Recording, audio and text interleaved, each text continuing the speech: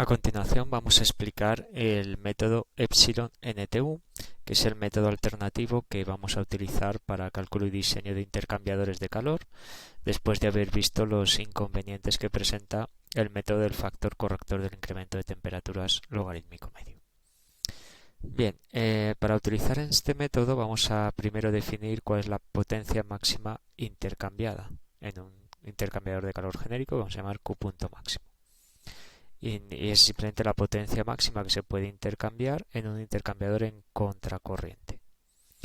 La potencia máxima que podemos intercambiar obviamente la alcanzaremos cuando uno de los fluidos alcance el salto de temperaturas máximo.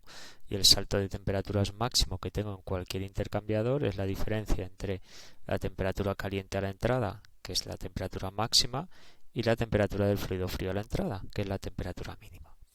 Ese es el salto de temperaturas máximo que podemos llegar a alcanzar.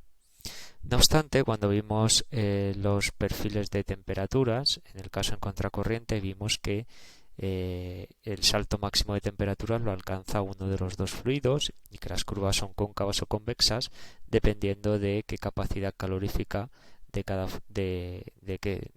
las capacidades caloríficas de cada fluido, cuál era mayor que el otro. Así, por ejemplo, vimos que si la capacidad calorífica del fluido caliente es menor que la del fluido frío, el salto de temperaturas máximo tiene lugar en el fluido caliente, porque el fluido caliente se va a calentar más y va a alcanzar un salto de temperaturas mayor. Por lo tanto, en este caso concreto de que la capacidad calorífica del caliente sea menor que la del frío, la potencia máxima sería capacidad calorífica del caliente por el salto de temperaturas máximo. En el caso contrario, que sea la capacidad calorífica del fluido frío menor que la del caliente, pues ocurre lo contrario, que el salto de temperaturas máximo se daría en el fluido frío. De tal manera que, de manera general, pues podemos concluir que la potencia máxima teórica es siempre la capacidad calorífica mínima, porque si nos damos cuenta aquí, la mínima es la del caliente y aquí la mínima es la del frío. Capacidad calorífica menor por el salto de temperaturas máximo, que es siempre caliente entrada menos fría entrada. Esa sería la potencia máxima teórica que podemos llegar a intercambiar en un intercambiador en contracorriente. A partir de esa potencia máxima definimos la eficiencia de un intercambiador de calor, que pues vamos a definir como la potencia dividida por esa potencia máxima teórica que hemos visto anteriormente. Si somos capaces de determinar la eficiencia del intercambiador, pues a partir de esa ecuación podemos determinar la potencia térmica intercambiada. Obviamente la eficiencia será un parámetro que dependerá del tipo de intercambiador y de su geometría y estará siempre entre 0 y 1. Aunque, como indica aquí, dependiendo de la configuración de los flujos, en algunos casos la eficiencia máxima que podemos llegar a alcanzar será menor que 1. Siempre la vamos a poder alcanzar esa eficiencia máxima igual a 1 en un intercambiador en contracorriente, pero en otras configuraciones de flujo es posible que nunca podamos llegar a alcanzar esa eficiencia igual a 1. Aquí vemos ya una primera ventaja de este método Epsilon NTU, es que la eficiencia, esta expresión que tengo aquí con la eficiencia para determinar la potencia térmica intercambiada, depende únicamente de las dos temperaturas de entrada, caliente entrada menos fría entrada. Es decir, no dependen de las temperaturas de salida, como ocurría en el método del factor corrector del incremento de temperaturas logarítmico medio. Las temperaturas de entrada habitualmente siempre van a ser conocidas. Las que desconocemos son las temperaturas de salida. Bien, se puede demostrar que esta eficiencia epsilon para un intercambiador genérico depende de dos parámetros adimensionales, que son la relación entre capacidades caloríficas, C, que se define como el valor mínimo entre el máximo, con lo cual C está acotado entre 0 y 1, y el número de unidades de transferencia de calor, NTU, que se define como el producto del coeficiente global de transferencia de calor por el área dividido por la capacidad calorífica mínima. Y de manera general, pues para diferentes configuraciones de flujo tendremos una expresión, una función que me permite calcular la eficiencia en función de C y de NTU, o despejando de esta ecuación NTU con otra función diferente, F sub 2, puedo determinar NTU a partir de la relación de capacidades caloríficas C y de la eficiencia epsilon. En estos parámetros, NTU, C y epsilon, pues no aparece ninguna temperatura de salida, con lo cual, como veremos luego en la metodología de cálculo, no hay que hacer ningún proceso iterativo. Vamos a ver a continuación algunas de estas funciones para diferentes configuraciones de flujo. Así, por ejemplo, para el caso de intercambiador en contracorriente, pues aquí tenemos la expresión arriba de la eficiencia. Tengo un caso particular de C igual a 1, si C es menor que 1 tengo el caso de la izquierda, y si de cualquiera de estas dos ecuaciones despejamos NTU, pues obtenemos las ecuaciones que tengo abajo. La eficiencia máxima que puedo llegar a alcanzar si hago el límite cuando NTU tiende a infinito, porque en NTU va el área, o sea, un área infinita sería un NTU infinito, pues es igual a 1. Es hacer el límite aquí cuando NTU tiende a infinito, la exponencial tendría a valer e elevado a menos infinito, que es 0, al igual que aquí. Y la eficiencia en el límite pues me quedaría igual a 1. Y aquí vemos la representación gráfica de esas funciones. Para un intercambiador en contracorriente, en función del valor de NTU, pues tengo el valor de la eficiencia para diferentes valores de C. Y en el límite todas las curvas tienden a epsilon igual a 1 si NTU tiende a infinito. En flujo paralelo tenemos estas expresiones de la eficiencia y de NTU, donde aquí ya vemos una primera diferencia, que si calculo la eficiencia máxima, que NTU tiende a infinito, si este parámetro tiende a valer infinito, E elevado a menos infinito tiende a valer todo esto 0, y la eficiencia máxima que tengo aquí abajo me queda 1 dividido 1 más C.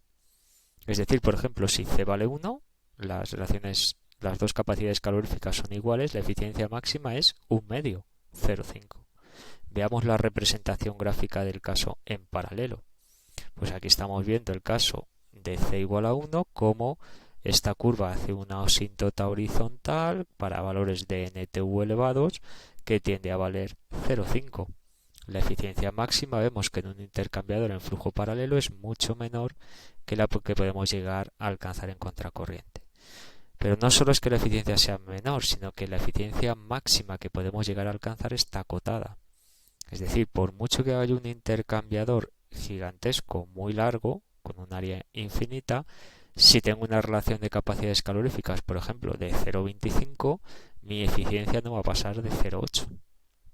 En flujo paralelo, pues no tiene sentido hacer intercambiadores muy grandes porque la eficiencia al final está acotada, como vemos en las diferentes curvas. Y para otras configuraciones de flujo, pues tenemos otras expresiones. Por ejemplo, para un intercambiador en flujo cruzado con ambos fluidos sin mezclar.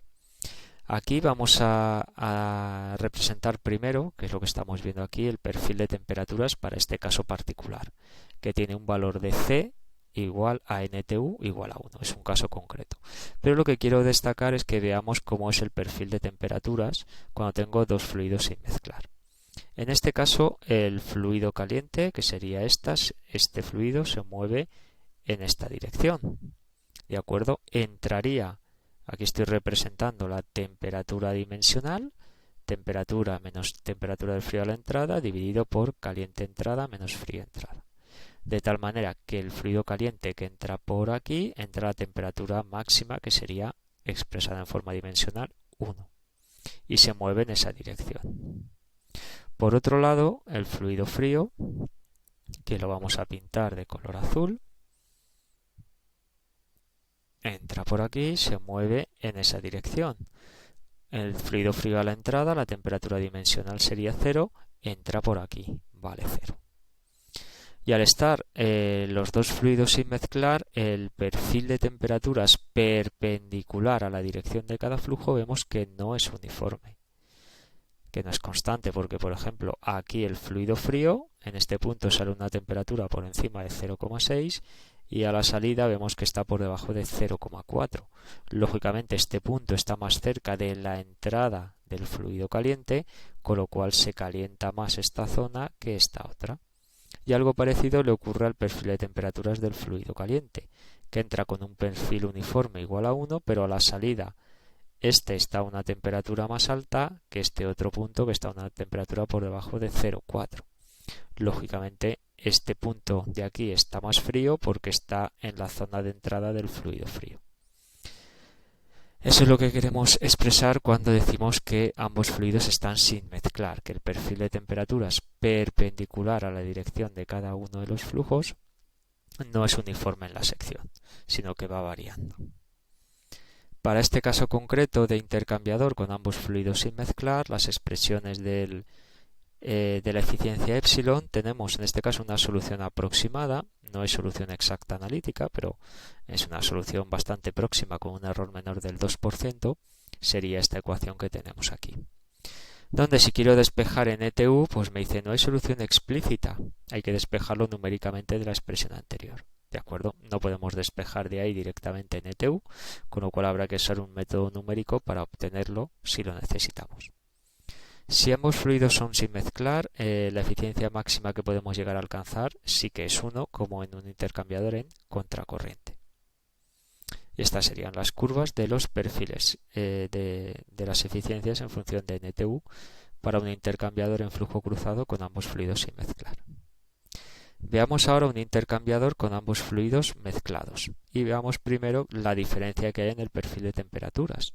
Vemos como ahora los perfiles de temperaturas sí que son uniformes. A la salida del fluido caliente la temperatura es uniforme al igual que la salida del fluido frío y en cualquier sección. Ahí vemos claramente las diferencias entre tener un intercambiador en flujo cruzado con los fluidos bien mezclados o no. Para este caso concreto, la expresión de la eficiencia es la que tenemos aquí y de nuevo si quiero despejar en ETU hay que hacerlo numéricamente. Si ambos fluidos están mezclados, pues la eficiencia máxima, en este caso es curioso porque vamos a coger de nuevo el color rojo. Es curioso porque la eficiencia máxima, fijaros que no es diferente al límite cuando NTU tiende a infinito, que sería 1 dividido 1 más c, pero la eficiencia máxima no coincide en este caso con un intercambiador de área infinita. Porque si vemos la representación gráfica de las curvas, vemos que hemos añadido en línea de color rojo discontinua el máximo de esas curvas. ¿De acuerdo? Esas curvas tienen un máximo antes de que empiecen a bajar y alcanzan luego una asíntota horizontal cuando bajan. Es un caso curioso, es el único tipo de intercambiador que la eficiencia máxima no se alcanza con el límite cuando NTU tiende a infinito. Luego podemos tener también un intercambiador en flujo cruzado con el fluido con capacidad calorífica mínima bien mezclado. Las expresiones correspondientes serían estas y su representación gráfica la que tenemos aquí, o bien un intercambiador con el fluido con la capacidad calorífica máxima bien mezclado. Sus expresiones son estas y la representación gráfica aquí aparece junto con el valor de la eficiencia máxima que podríamos llegar a alcanzar.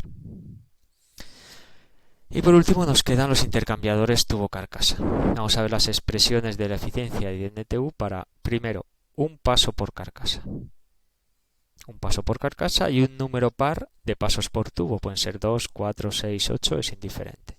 Las expresiones son las mismas. Aquí el subíndice 1 que tengo puesto en NTU, aquí en la eficiencia y aquí en NTU, es para remarcar que es una carcasa. Bueno, las expresiones serían las que tenemos aquí y la eficiencia máxima la que aparece en la parte en el recuadro de arriba. Esa sería la expresión de la eficiencia máxima cuando NTU tiende a infinito. ¿Qué pasa si tengo varios pasos por carcasa conectados en serie? N pasos por carcasa y en consecuencia 2n, 4n pasos por tubo.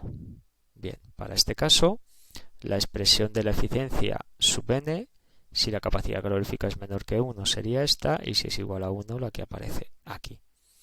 Aquí se obtiene que al aumentar el número de por carcasas la eficiencia siempre mejora. ¿De acuerdo? Si tuviera un número de carcasas infinito, la eficiencia tiende a valer 1, la eficiencia máxima que podemos llegar a alcanzar. Si quiero obtener el valor de NTU, hay que seguir los pasos que aquí se indican. Primero, a partir de epsilon sub n, obtener la eficiencia de una carcasa, es decir, de esta ecuación. De aquí tengo que despejar epsilon 1, que lo tengo ahí, ahí y ahí. Despejarlo numéricamente. Con epsilon 1, que sería la eficiencia de una carcasa aislada, calcular el valor de NTU de una de esas carcasas en serie, y el valor de NTU total se habría que multiplicar por el número de carcasas que tenemos, n. A continuación vemos la representación gráfica para el caso de una carcasa y vamos a ver a continuación cómo al pasar a dos carcasas las curvas se desplazan hacia arriba, porque siempre que aumentamos el número de carcasas conectadas en serie mejora la eficiencia. Aquí tenemos una carcasa, pasamos a dos, vemos que las curvas se han desplazado hacia arriba y pasamos ahora a 4, más todavía para arriba. Conforme aumenta el número de carcasas que colocamos en serie, la eficiencia para el mismo valor de NTU aumenta. Por último, nos quedaría remarcar un caso concreto, y es el intercambiador con cambio de fase. Si tengo un intercambiador con cambio de fase, recordamos que al haber un cambio de fase, la configuración de los flujos es irrelevante. No importa, porque los perfiles de temperatura serían equivalentes. Y la eficiencia, por tanto, no depende de la configuración de los flujos. Cuando tenemos un proceso de cambio de fase, es equivalente a decir que la capacidad calorífica es cero. ¿Por qué? Porque recordar que C, que representa la relación de capacidades caloríficas, es la capacidad calorífica mínima dividido por la capacidad calorífica máxima. En el caso de que tenga un intercambiador con cambio de fase, esta capacidad calorífica máxima tiende a valer infinito, porque el salto de temperaturas sería cero. Si esto tiende a valer infinito, pues la relación de capacidades caloríficas C tiende a valer cero. ¿Vale? Si hacemos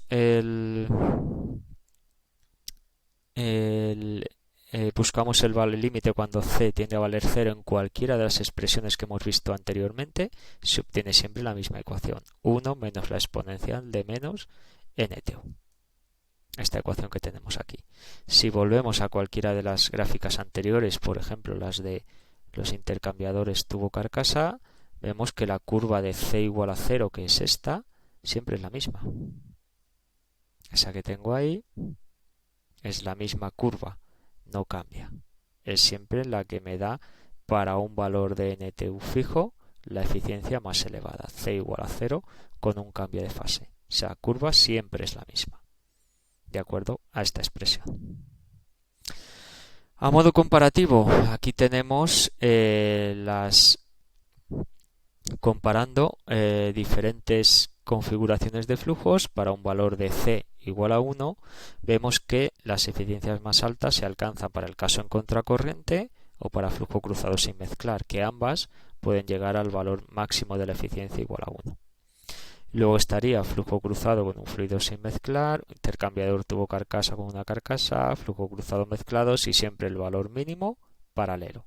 Es decir, las configuraciones de flujo que marcan el límite superior e inferior son siempre la configuración en contracorriente, que es la mejor desde el punto de vista de la eficiencia máxima, y la configuración en paralelo, que es siempre la que nos dará una eficiencia menor. Y aquí aparece la eficiencia máxima que podríamos llegar a alcanzar en cada una de las configuraciones de flujo en función del valor de C. Fijaros que para C igual a 0, que sería el cambio de fase, todas me dan 1, porque en cambio de fase sí que puedo alcanzar siempre la eficiencia máxima. Para cualquier valor de C, las únicas configuraciones de flujo que me permiten alcanzar esa eficiencia máxima son contracorriente y flujo cruzado sin mezclar ambas corrientes. Para el resto de casos, pues la eficiencia va disminuyendo y el límite inferior, de nuevo, me lo marca la configuración en paralelo. Aspectos generales de la eficiencia de un intercambiador. Bueno, pues la eficiencia de cualquier intercambiador aumenta, como hemos visto, con NTU para un valor constante de C, y la eficiencia de cualquier intercambiador aumenta al disminuir C para un valor de NTU constante. Para valores de la eficiencia menores del 40%, la configuración del flujo tiene poca influencia, dado que todas las curvas convergen. Esto lo vemos claramente si volvemos para atrás aquí. ¿Vale? Eficiencias por debajo del 40%, pues fijaros que de aquí para abajo pues me da casi igual qué curva coger, porque prácticamente todas convergen. Me tengo que ir a eficiencias por encima del 40% para que se vean diferencias significativas entre las diferentes configuraciones de flujo.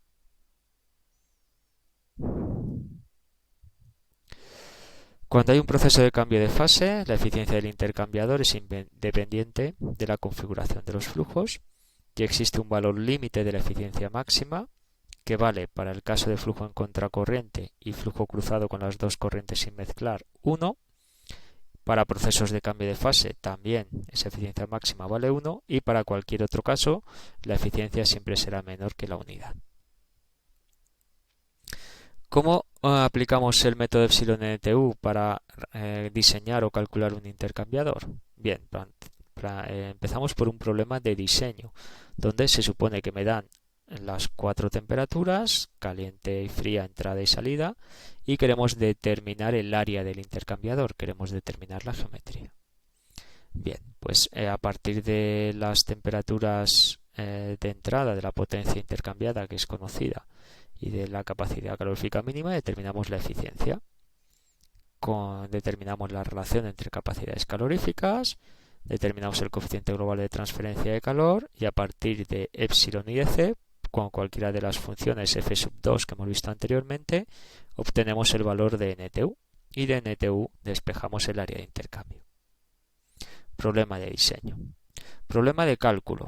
El problema de cálculo es que me dan la geometría, me dan todo el área y quiero determinar las temperaturas de salida. Este problema de cálculo es en el que el método del factor corrector del incremento de temperaturas logarítmico medio era necesario hacer un proceso iterativo. Aquí vamos a ver que no. Aquí, si conozco la geometría, podré determinar el coeficiente global de transferencia de calor primero.